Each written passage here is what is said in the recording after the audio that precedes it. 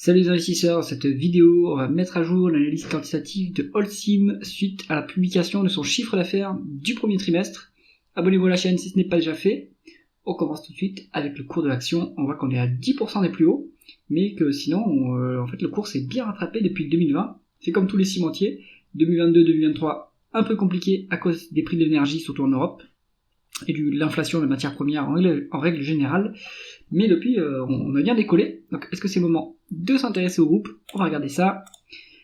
On va se mettre la croissance, le chiffre d'affaires en rythme trimestriel. En trimestriel, on n'a pas la donnée sur le premier trimestre 2025. Ici, vous avez le premier semestre divisé par 2, donc ça c'est pas correct, c'est pas bon. Si on regarde la publication, les ventes nettes sont à 5,5 milliards.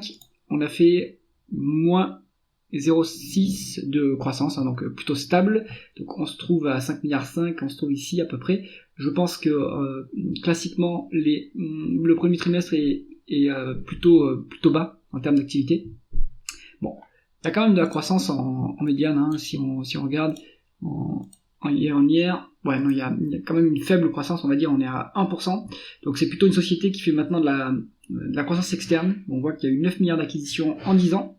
Ça permet de ranimer un peu, de stimuler la croissance, qui est un peu faible en organique. Bon, on va regarder maintenant les taux de marge. Le taux de marge brut est en augmentation. Ça, c'est bien. D'où est-ce que ça vient? Les cimentiers, ils ont du pricing power, parce que, et en fait, c'est généralisable aux fabricants aux extracteurs de métaux lourds. Typiquement, je pense à Vulcan Materials aux États-Unis, superbe boîte qui fait plutôt des graviers et les pierres, etc. Pareil, ils ont pricing power parce que en fait, on a un monopole local à cause du poids du matériau, donc c'est pas économiquement viable de le transporter sur longue distance. Et c'est la même chose pour les cimentiers. Taux de marge brut au plus haut depuis 10 ans, 44%.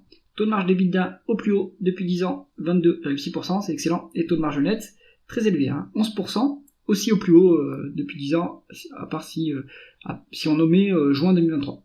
Donc excellent. Le business est monté en qualité, on a réussi à faire monter les marges, c'est très bien. Conversion des bénéfices nets en free cash flow. Free cash flow beaucoup plus élevé que les bénéfices nets. On regarde comment c'est obtenu. On a une variation favorable du BFR de 6,640 milliards, excellent. On a une dépense en capital moins élevée que les dépréciations et amortissements. Donc pourquoi? Est-ce qu'il y a moins besoin de dépenses en capital qu'avant, ou est-ce que c'est un choix du management d'arrêter d'investir? Donc il faut clarifier ce point. En tout cas, ça aide les free cash flow. Et après, vous avez peut-être du other cash items, vous en avez pour 24 milliards. Donc vous retrouvez votre différence à peu près, donc ça fait 80 milliards plus ici vous rajoutez 17. Ça, voilà, on retrouve à peu près cette différence ici. Pour valoriser l'entreprise, s'il n'y a pas de dette, on utilisera plutôt les free cash flow, mais il y a un peu de dette, donc quand il y a de la dette, moi j'utilise la valeur d'entreprise sur EBITDA. Un petit tour par la rentabilité maintenant, la rentabilité opérationnelle. On est sur un rendement des capitaux investis à 5%, ce qui est moyen on va dire, mais sur la dernière publication disponible, on est à 8%, donc c'est très bien. On est au-delà de la croissance organique sur la rentabilité, donc on peut s'autofinancer sans trop de problèmes, et puis après faire ce qu'on veut du cash, racheter des boîtes, le rendre aux actionnaires, se désendetter. Donc ça c'est très bien. L'endettement maintenant, la dette est en chute libre. On a quand même eu une période où on était endetté à on était à 3 fois l'EBITDA, et depuis ça a structurellement baissé, normal, on est très rentable maintenant et on génère du cash, donc on n'est plus qu'à une fois 1,2 fois l'EBITDA en dette nette, c'est très soutenable. 2 fois les free cash flow en dette nette, bon, il n'y a pas de péril en la demeure sur le bilan, il est quand même très solide. La rémunération de l'actionnaire.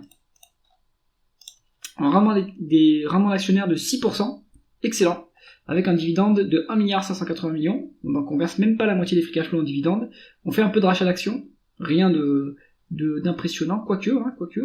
On était à 609 ici, et maintenant on est à 550, donc on a quand même racheté à la louche 7-8% depuis quelques années, ça c'est bien. Donc rendement actionnaire 6%, c'est très très bien, c'est très intéressant. Ensuite on continue avec la valorisation.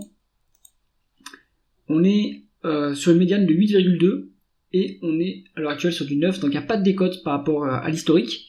En absolu c'est pas très cher non plus, mais bon, c'est normal, hein, les cimentiers sont assez mal valorisés. Maintenant, Holcim, c'est quand même un des plus qualitatifs en Europe, et donc c'est normal qu'il ait une prime par rapport aux autres. Bon, 9, c'est pas un mauvais prix, mais il n'y a pas vraiment de marge de sécurité. Conclusion du dossier, Holcim, je pense que si vous y allez, ce qui est pas forcément un mauvais choix, hein, c'est plutôt pour le rendement de l'actionnaire, qui est quand même élevé, et pour une activité qui est cyclique, mais cela dit, ils sont quand même bien diversifiés à l'international. C'est un marché qui se consolide bien, donc la diversification fait que, bon an mal an, on arrive à avoir un petit peu de croissance, mais pas une croissance non plus énorme. Hein. J'espère que cette vidéo vous a intéressé. Si c'est le cas, mettez un pouce vers le haut et pensez à vous abonner à la chaîne. À bientôt.